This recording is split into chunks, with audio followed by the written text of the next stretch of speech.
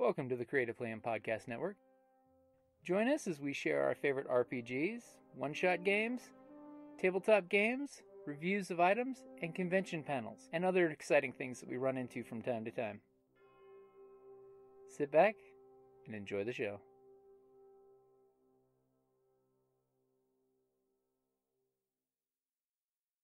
Welcome back to RPGaDay 2018 August the 2nd, Thursday, and the question for the day is...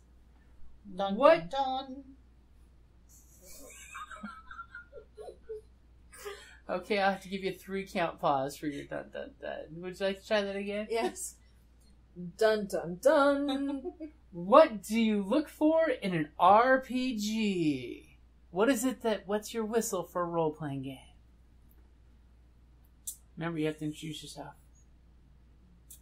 My name is Kellie, and I would say one of the things that I look in is for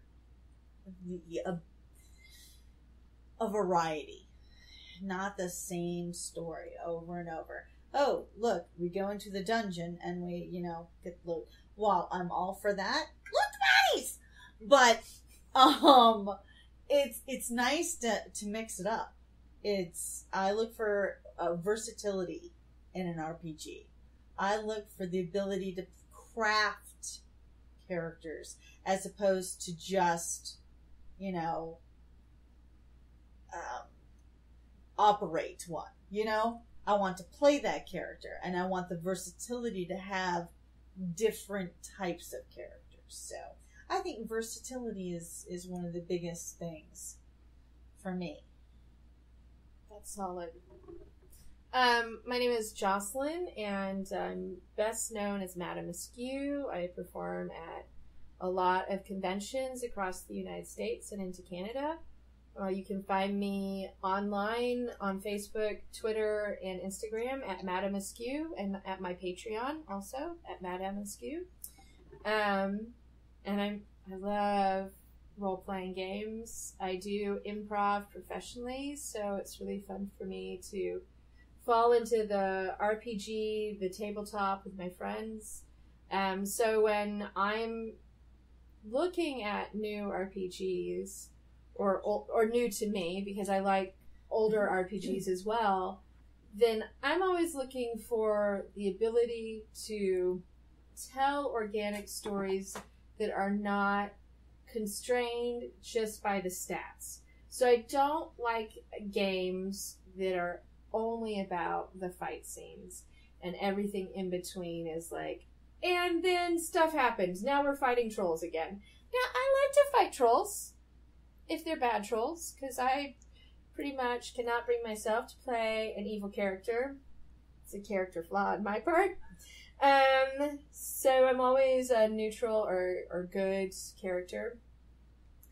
But even when I'm slightly like on the dark side, I'm still more like neutral and not actually bad. So I like fights. I like the combat. I like the intricacies of that. But it's no fun for me if there isn't the space to tell a good story and develop the characters. So I like versatility, like Kellie was saying, but I also really want a strong storytelling component.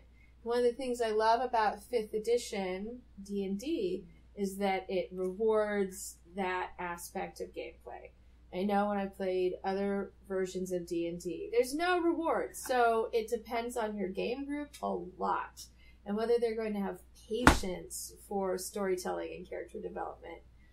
So previously, I was all about White Wolf, which really rewards that kind of dynamic. And when I look at games, I'm always checking, is there going to be the ability to do good storytelling and character development? So those are the first things I look for. I have a laundry list, but that's... So you like to put the ROLE back into a game as opposed to just ROLL. Yeah, no, Yeah. I will tell a story on myself. I used to game master a game called Unhallowed Metropolis, which is sort of a steampunk game. It's more retro-futuristic. There's zombies. I really like the game. The mechanics are fine, challenging, but it's very deadly if you play it just as written. Mm-hmm. So I house ruled a lot of things. But I was more interested in the world building and the character and the storytelling. So there were a lot of sessions where my players got used to the fact that we might never pull out dice. That I might just be... I would ask them to tell me what they did. And some players are really good at that situation, and they can roll with it. They can role play the hell out of those scenes. To pardon the pun. But I did have one player who was like, well, what dice do I roll? I'm like, just tell me yes or no, dude. I asked you a yes or no question. Just need a yes or no answer. Do you open the door or do you not open the door? There are no dice rolls for door opening. If you make me roll dice, you're going to lose a hand. You're going to regret it. There will be a critical failure. We so have to play Dresden. Yes. Yes, and I would love to roll and play Unhallowed Metropolis again, but I have never played it, so I would be very intrigued. yeah. It's an awesome setting. I mean, the mere fact you pay guys to watch family members' bodies so they don't come back to life. No, the setting is really great. The rules are like, and you'll roll up a new character every time because it's so deadly. Yeah. Which is why I house rule a lot of things. But it is a gorgeous book. It's gorgeous. I have both the original and the expanded additional content because I'm a big fan of that setting. So for me, I'm going to limit myself to two things. Okay. So what do I look for in an RPG is, one, a great theme. What is the theme of the role-playing game? Because every role-playing game's got to have a theme. Like, Yeah, you know, like fantasy, Star Wars. yeah, like Edge of Empire, you're going to be that Magic. Firefly scum and villainy group. Yes. You know, Force and Destiny, we're getting Jedis and Sith. So theme is a big one because that helps everyone get into character because you know what costume you're putting on right off the bat.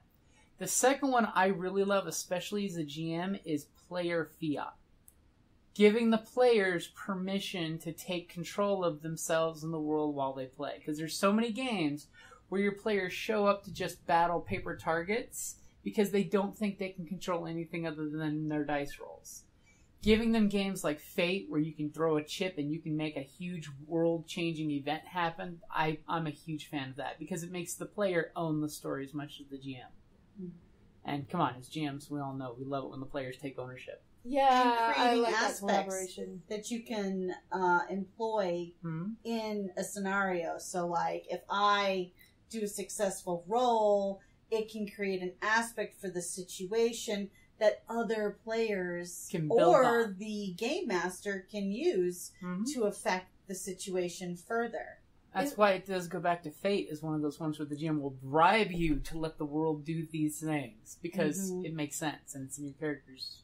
So Fate seems to me like it's not necessarily the best starter RPG. Yeah, Fate is definitely an advanced RPG in my opinion because, you know, you want to teach people with easier stuff like White Wolf. Their system was great. Star Wars, because Star Wars is good. Similar with the storytelling dice. It kind of gives, because you also have the light and dark side points that you can flip. That players can make choices and change the environment for their advantage. It's also kind of a very good intro because, I'm gonna tap this aspect. If I want to be more better, I can flip a light side point and increase my because the Force is saying this is going to happen, which is always great. And then as a GM, in that regards, if I want them not to kill the big bad in one shot, I can always flip a dark side point and make it more difficult for them to take that shot. So the big bad survives more than one alpha strike.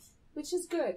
Because for a big boss fight, you want them to take more than one hit for a good cinematic, crunchy, here's the big boss and die hard. You know, you don't just see McClane kill him in one shot. He has to work for it. You mean like Glassstaff?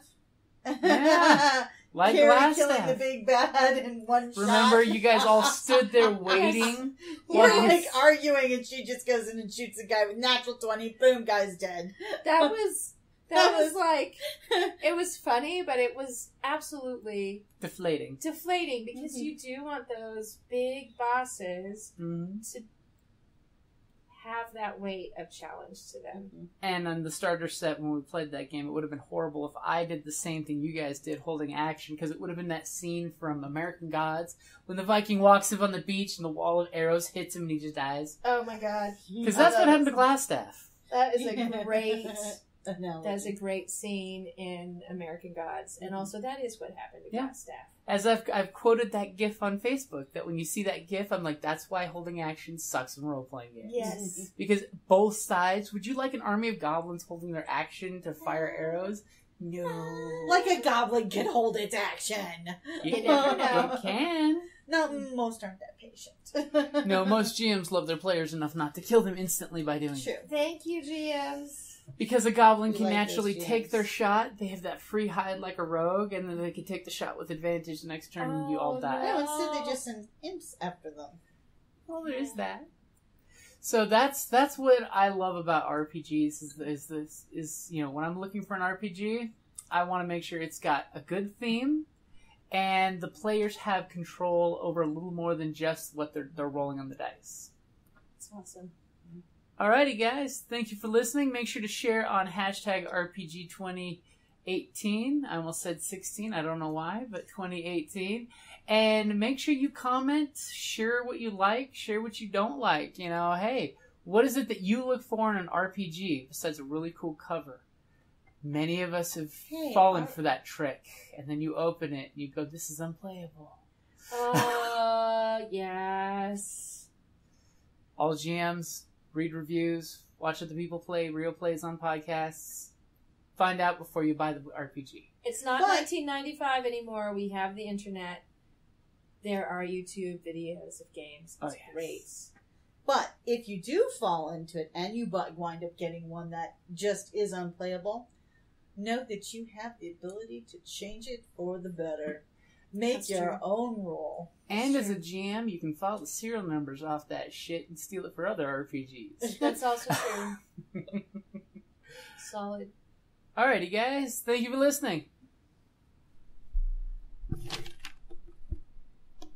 Is Kelly up for one more? Yeah. Okay. And Kate.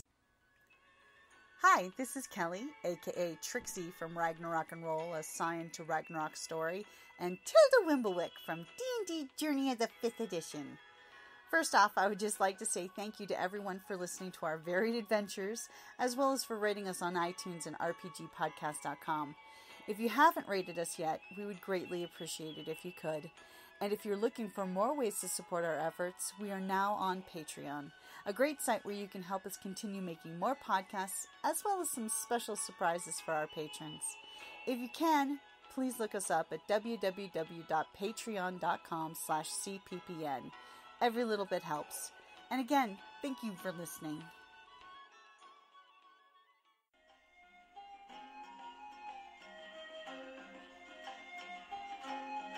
Thank you for listening to the Creative Play and Podcast Network. And feel free to enjoy our other shows, such as D&D Journey of the 5th Edition and Scion Ragnarok and Roll, a Scion hero to Ragnarok story.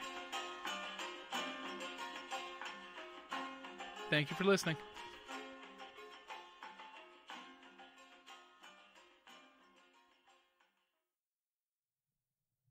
Ravensdale Publishing presents Villains and Henchmen. Hello, Ravensdale Publishing fans, new and old. Ben and Sarah here, and we're excited to welcome you to the Villains and Henchmen Kickstarter campaign. Have you ever wanted to be a villain? Do you dream of harnessing the power of a storm? Or flexing superpowered muscles? Or bending reality to your whim? These powers and more are within your grasp in Villains and Henchmen. In this cooperative game for 1 to 4 players, you must break a fellow villain out of maximum security prison. Along the way, you'll defeat meddling heroes, overcome troublesome obstacles, and plow through unsuspecting guards. Of course, the good guys aren't just going to sit around while you waltz in and grab your villainous buddy. Over a dozen different event cards spur heroic responses and maintain the pulse-pounding action. No matter which prison you're attacking, or which heroes are in your way, scheming to have the right powers for the job is a must.